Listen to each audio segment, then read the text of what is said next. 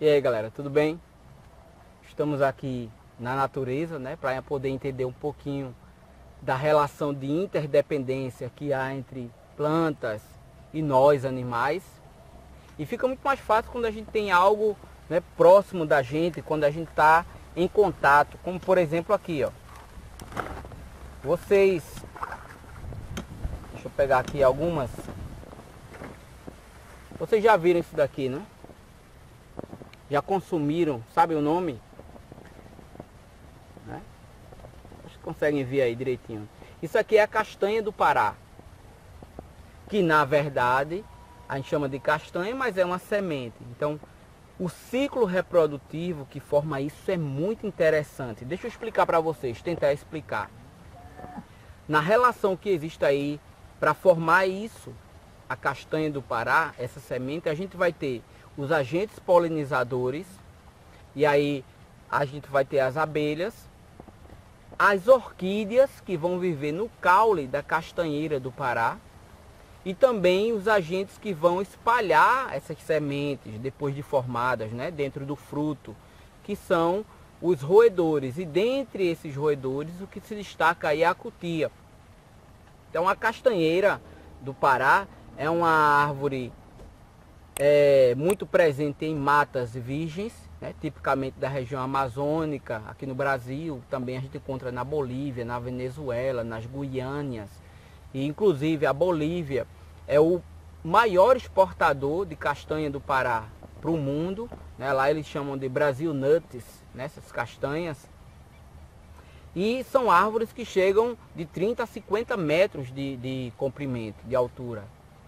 E aí a gente vai ter, na época, né, reprodutiva, a formação de uma flor branca, que quando chega a abelha, elas, né, levantam as pétalas e conseguem fazer a polinização. Só que antes, veja a beleza da coisa, só que antes de acontecer isso, elas vieram atraídas pelas orquídeas, pelas flores das orquídeas.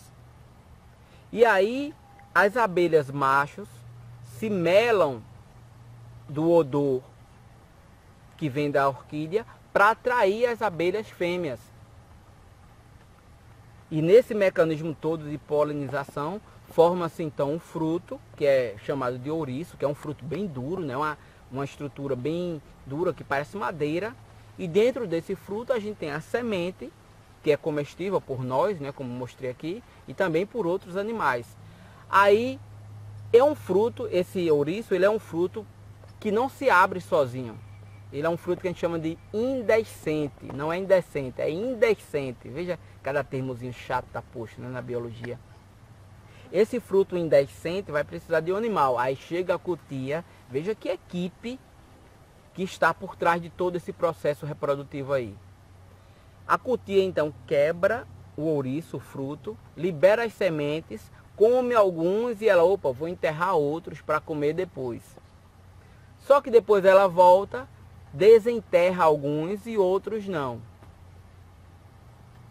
Esses que ela esqueceu vão formar novas castanheiras. Veja que perfeição. O que fica na cabeça da gente, que a gente que não entende muitas vezes da inteligência animal, ou acredito até que existe alguma forma de conexão, de percepção vegetal, e a gente não está apto a entender isso ainda. A pergunta é, a cutia esqueceu realmente a semente? Ela deixou de propósito? Para entender um pouco mais sobre isso, a gente vai falar hoje sobre flor, reprodução ou ciclo reprodutivo das angiospermas. Eu sou o professor Wellington Sibaldi e esse é o tema da nossa aula de hoje. Bom, vamos recapitular o seguinte, bem rápido. A gente já falou disso em outras aulas, já aproveita, já dá um like, né? Você já sabe aí como é o esquema. Vamos lá! Eu vou ter que na flor, nesse caso das angiospermas, ou nos estróbilos lá, como a gente estava falando das gimnospermas, tem um card aí, onde a gente já vai ver as estruturas da flor, das angiospermas, a reprodução. Se quiser voltar um pouco mais, você vai acessar as gimnospermas e entender esses termos que são essenciais aí, para a gente ver tudo. Então eu vou ter, rapidinho, um local de produção de esporos. A planta sofre formação de esporos, as gimnospermas e angiospermas, e ficam nela, não vai cair no chão. Eu vou ter o microsporângio no macho, na estrutura masculina, no sistema reprodutivo masculino, ou megasporângio na estrutura feminina, que vai formar esporos masculinos chamados de micrósporos. No feminino vai formar os megásporos, micro para macho, mega para fêmea. Esses micrósporos sofrem mitoses e formam uma estrutura chamada gametófito, que é uma fase mais reduzida aí, considerando lá as briófitas, né, que já falou.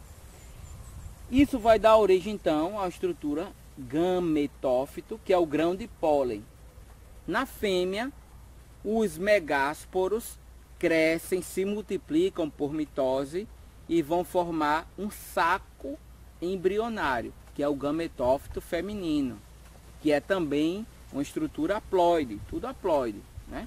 Porque a partir de lá sofreu meiose. A gente vai falar daqui a pouco.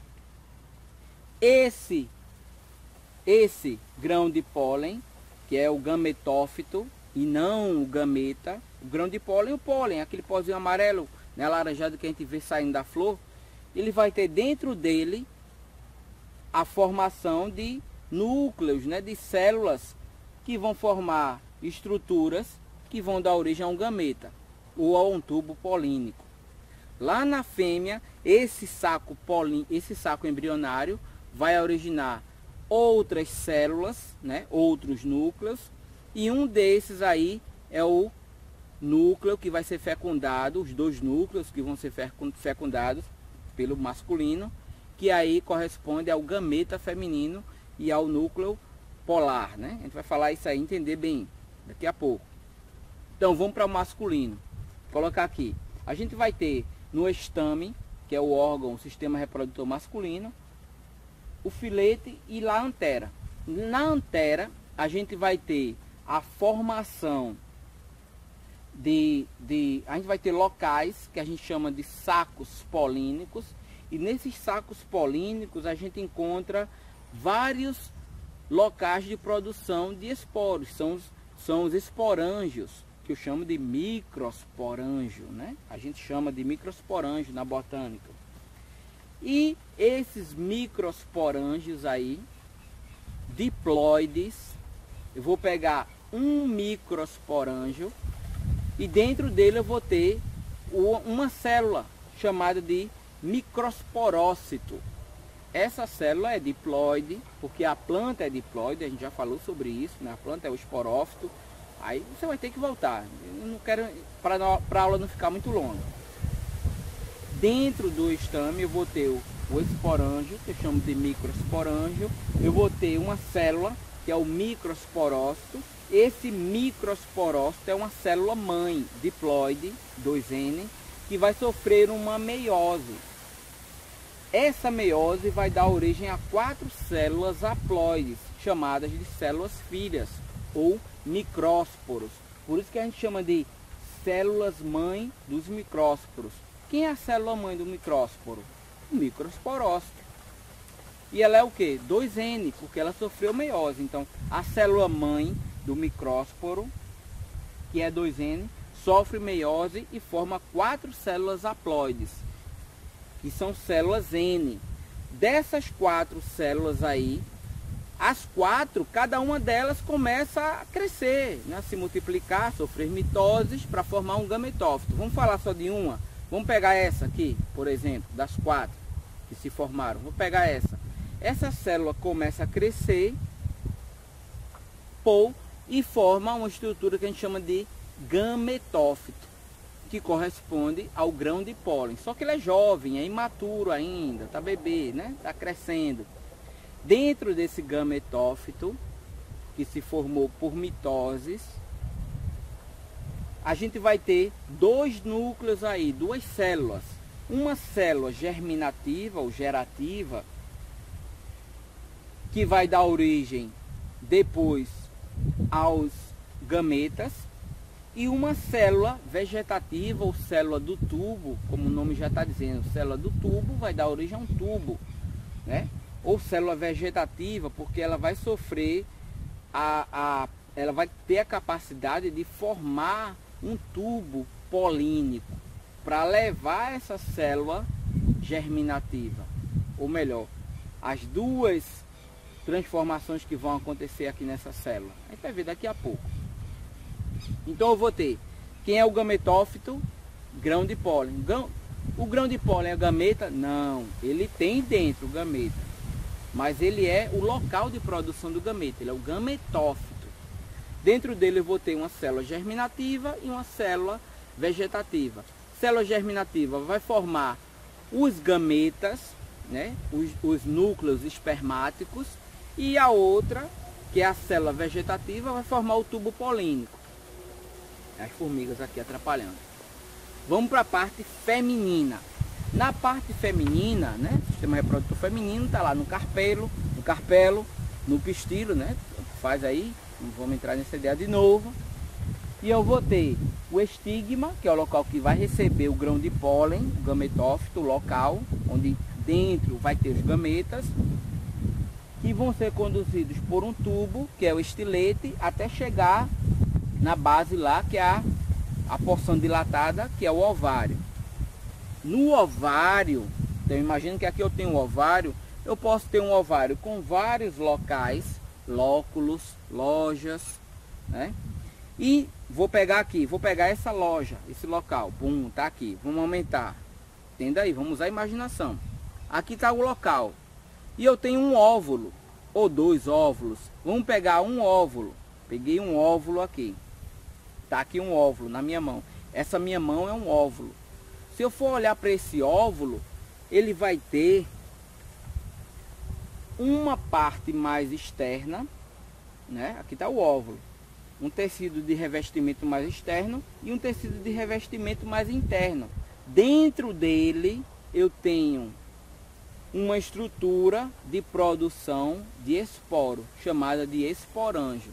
Isso tudo está dentro do ovário. Por ele ter essa estrutura de produção do esporângio, a gente associa ele ao esporângio. O óvulo seria o esporângio, por esse motivo. Esse esporângio vai ter dentro dele uma célula chamada de megasporócito.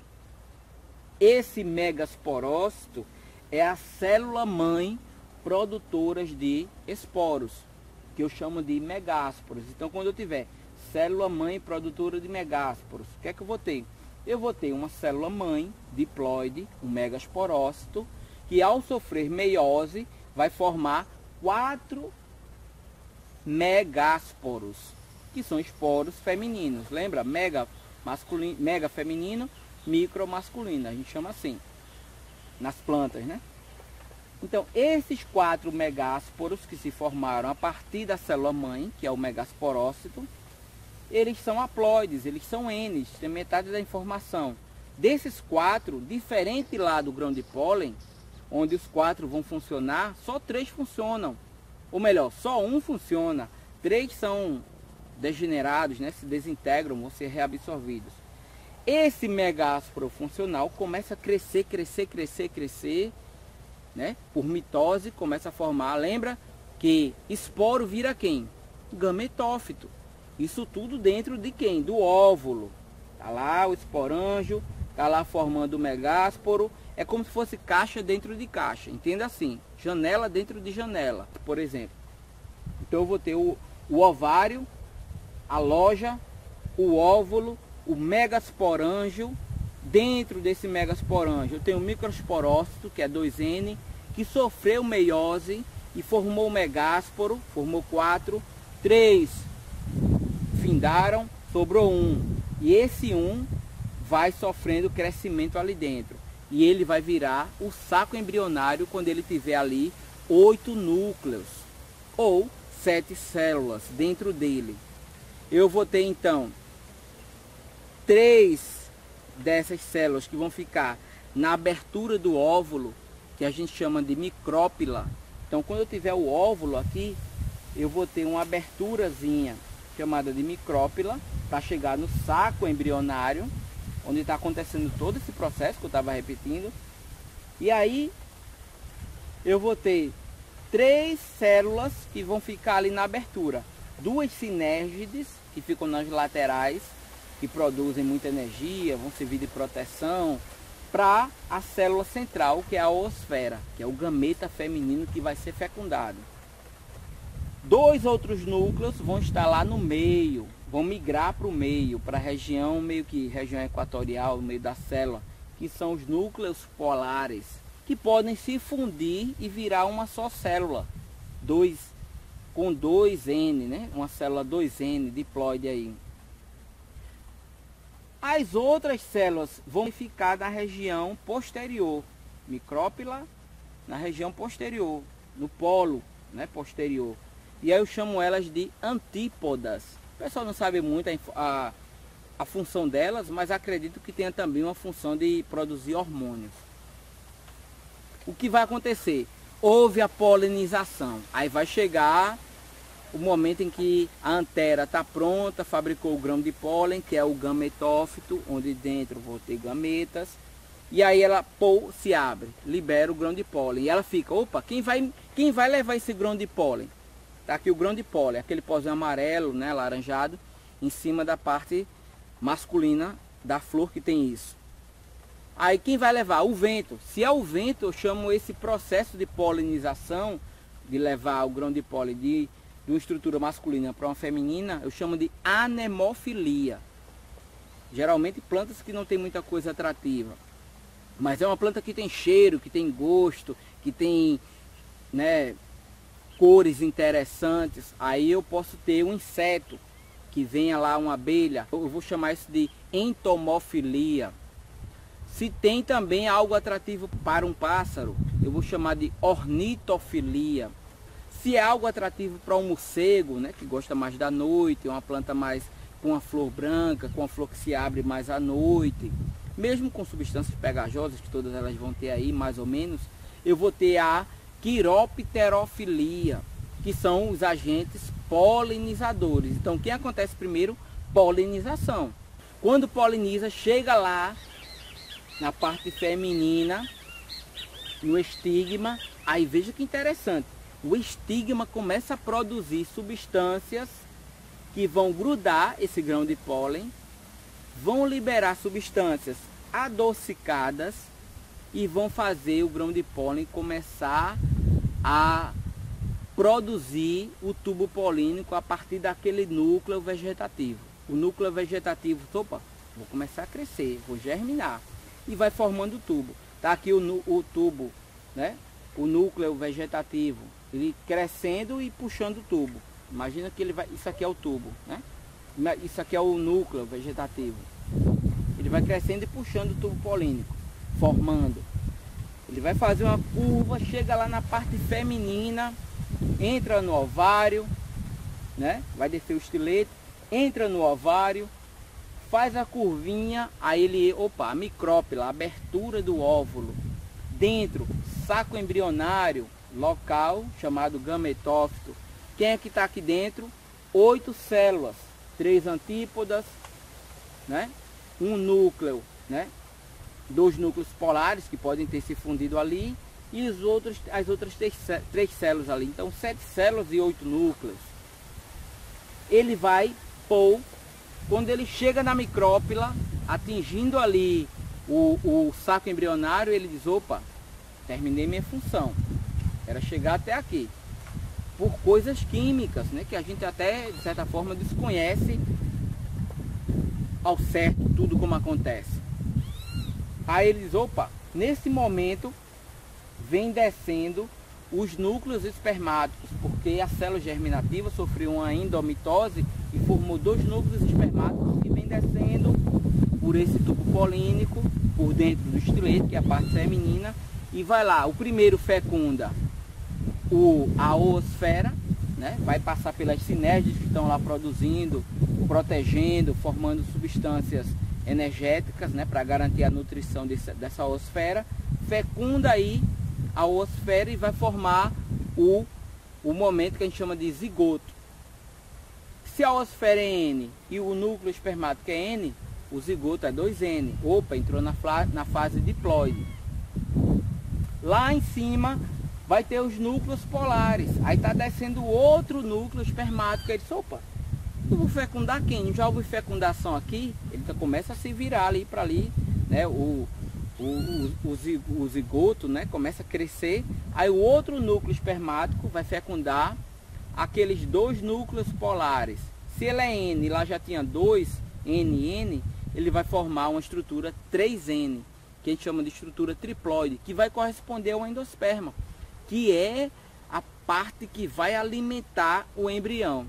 Então eu vou ter quantas fecundações? Uma fecundação que originou o zigoto, que vai se multiplicar por mitose, né? 2N, é uma célula 2N, e vai formar o embrião, que é a planta jovem, a planta bebê, e a outra estrutura que vai ficar em volta alimentando ele, que é o endosperma, que a gente chama de endosperma secundário, porque lá na gimnosperma não houve essa fecundação dupla. Ok?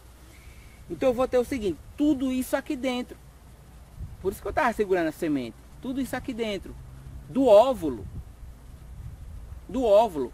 O que é que eu vou ter aqui? O óvulo vai crescer e vai formar a semente, onde eu vou ter o tegumento, a primina, a secundina, aí aquela parte lá da nucela, que vai crescendo e vai se transformando.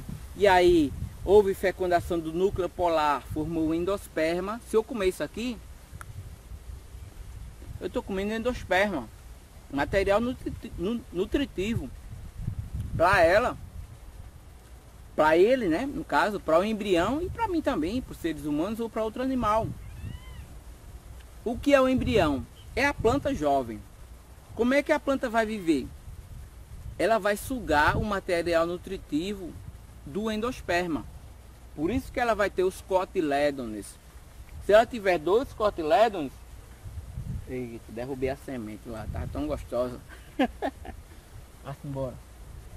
Bichinha, vamos por peixe. Se ela tiver 2 cotilédones, eudicotiledônia. Se ela tiver só um, monocotiledônia. Não tem flor, não teve essa dupla fecundação, não teve a formação do tubo polínico, né? Que a gente chama isso de sifonogamia, porque para conduzir o gameta não precisou mais de água. Não é que a planta não precisa de água, ela precisa, mas para levar o gameta não precisou. Sifonogamia, já viu antes também. Então, os cotilédones vão funcionar como estruturas que vão puxar os nutrientes do óvulo para dentro do embrião. Às vezes eles se enchem tanto que ficam guardando os nutrientes, os cotilédones. E aí ficam lá cheios de nutrientes, só que chega uma época que ele precisa sair dali. O embrião precisa acordar, precisa sair dali daquela coisa, senão ele vai morrer. O que é que vai fazer o despertar desse embrião? A luz, no momento certo, ou não a luz. A água, lembra daquela experiência do feijãozinho que a gente faz em sala de aula? Onde a gente bota o feijão lá no algodão e molha. A água faz com que o tegumento absorva e leve para o embrião e ele desperte aí e comece a quebrar o tegumento, quebrar a casca e sair. Plantas às vezes precisam que suas sementes sejam engolidas, porque quem vai quebrar o que a gente chama de latência, né, um estado de quebrar a dormência, né, um estado em que a semente estava adormecida. Podem ser os ácidos estomacais de alguns mamíferos. Então você vai precisar que aquela semente passe por dentro do estômago do animal, para que ela caia,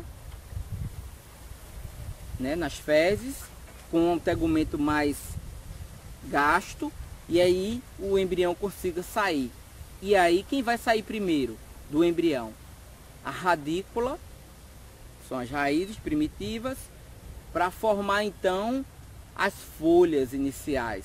Quando começa a formar folhas, opa, agora eu me garanto. Você já tem a possibilidade de fazer fotossíntese e viver por sua conta. Entendeu a beleza? Veja a conexão que há. O animal. A gente precisa entender o seguinte, no animal, coisas que a gente tem que levar aí para o Enem, para um vestibular. O óvulo é um gameta. Na planta, o óvulo é um local de produção de gameta. Tudo isso vai acontecer dentro da planta ou dentro da estrutura do órgão animal. Na planta, isso não está ficando dentro do óvulo e dentro do ovário, que está dentro da flor. Na fêmea animal, isso não está dentro do útero, que está dentro da mãe. Quando chegar a hora certa, a planta não vai liberar isso, vai cair o fruto. A planta não vai, o animal não vai liberar o fruto, que é o bebê, entendeu? Né? O bebê fica lá dentro do útero, alimentado pela mãe. O bebê fica lá dentro do óvulo, alimentado pela planta. Tudo isso lá no óvulo, no ovário. Veja como a coisa se conecta. É isso que a gente precisa entender, que plantas não são só questão de cenário. É por isso que nós estamos aqui, por elas. Espero que você tenha entendido um pouquinho. Qualquer dúvida aí, comenta, aproveita para dar um like, para compartilhar, manda um joinha aí e divulga, porque a semente da informação sempre vai ser passada. É isso, tamo junto, estuda, tá chegando prova, tá chegando Enem, vestibular, conquista aí o que você tá afim. E é isso, informação, divulgá-las é sempre massa. Valeu, tamo junto.